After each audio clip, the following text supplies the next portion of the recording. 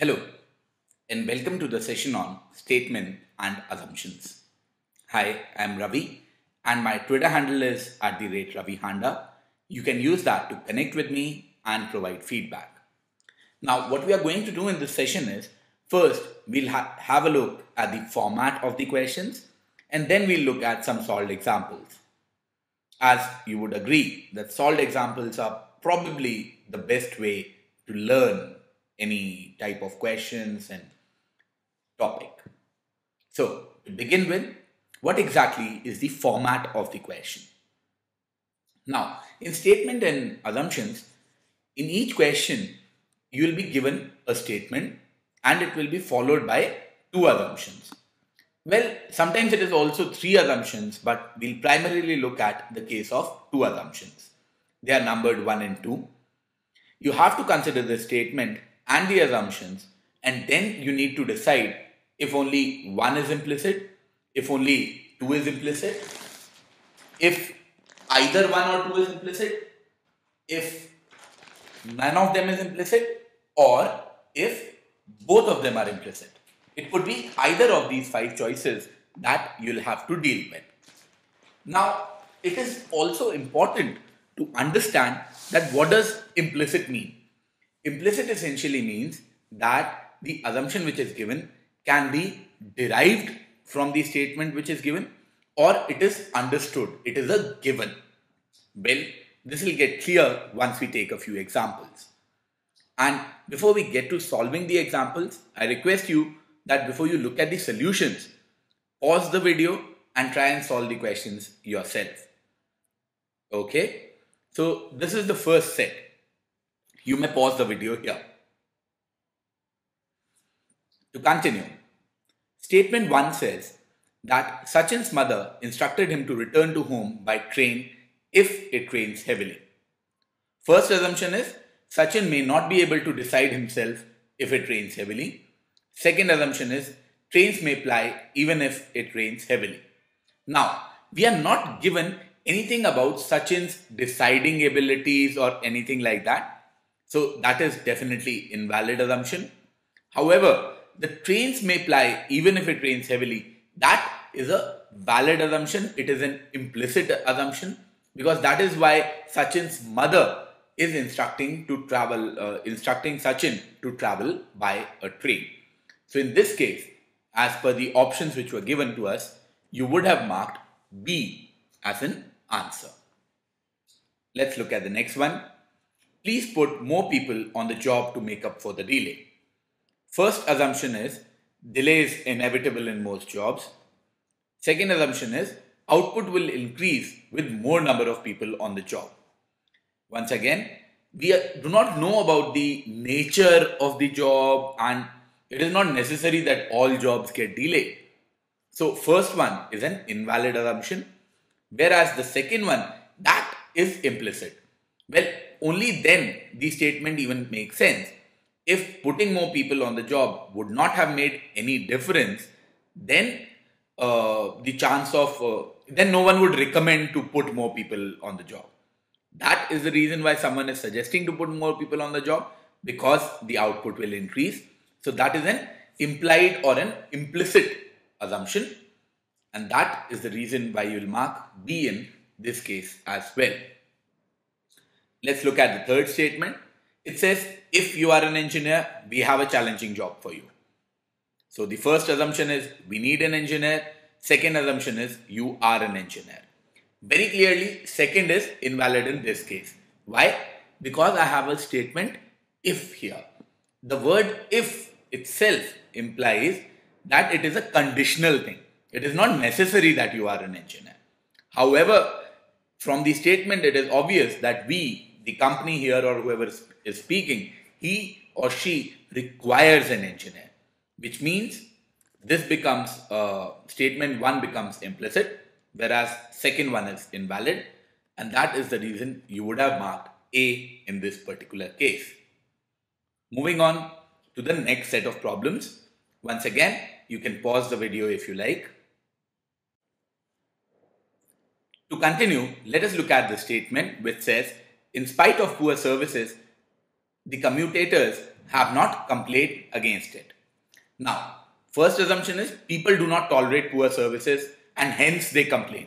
That is what this in spite of here is implying.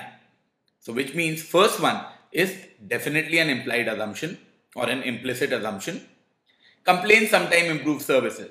No one here is talking about improving the services. They are just reflecting a fact that people do complain if they do not like the services which are given. So which means the answer for this particular question would be A, that only the first one is implicit. This is an edit that I wanted to insert. Well, it should be commuters and not commutators, as I have said in the previous example. Commuters are people who commute from one particular location to another location, and hence the question of services arises. Whereas commutators, some of you might know, are switches which are used in electrical motors. So just an edit that I wanted to insert. Next one. In view of a violent situation due to students' agitation, the state government has decided to close down all the education institutions in the state for 2 weeks with immediate effect. So what has happened is there is a student agitation going on and the state government has decided that they will close down all the education institutes. How will this effect? What will be an effect of it? One is that the tempo would die down and the student agitation may subside after 2 weeks. So that is a implicit assumption. And also, once you once you shut down all the education institutes, the students might not have a place to gather and continue agitation. And this is also a way of turning down the agitation which is going down or control the agitation which is going down. So in this case, we can see that both the assumptions are implicit, and that is why we would mark E in this particular case. Next statement says, the economic prosperity of any nation is dependent on the quality of its human resources. Okay. First assumption is it is possible to measure the quality of human resource. Well, if you can't even measure it, then how will you say that economic prosperity is dependent on it or not dependent on it? So the fact that the economic prosperity is dependent and you can suggest anything about it, that itself implies that you can measure the quality of the human resources. So A is definitely an implicit assumption, the first one. How about the second one? Achieving economic prosperity is a cherished goal of every nation. This is not necessary. Nowhere in the question it is mentioned that the nation wants to have economic prosperity or anything like that, which means the second one is definitely not required, and that makes the answer as option A. Let us look at one final set. Once again, you can pause the video here, try doing the questions on your own, and we'll discuss them. To continue, the statement given is if it does not rain throughout this month. So this itself shows that it is very, very important for the rain to happen this month. Most farmers would be in trouble this year. The first assumption is timely rain is essential for farming. Well, yes, the time aspect is very much highlighted in this statement when they say that if it does not rain throughout this month. Another thing is that most farmers are generally dependent on rains. Once again, because it clearly says that if it does not rain, most farmers are in trouble. If they are in trouble, that means they are dependent on the rains. Which means that in this case, both the statements or both the assumptions are implicit, and I would mark E. Let's look at one more. Money is the root cause of all problems in the family. First assumption is every problem is caused by something.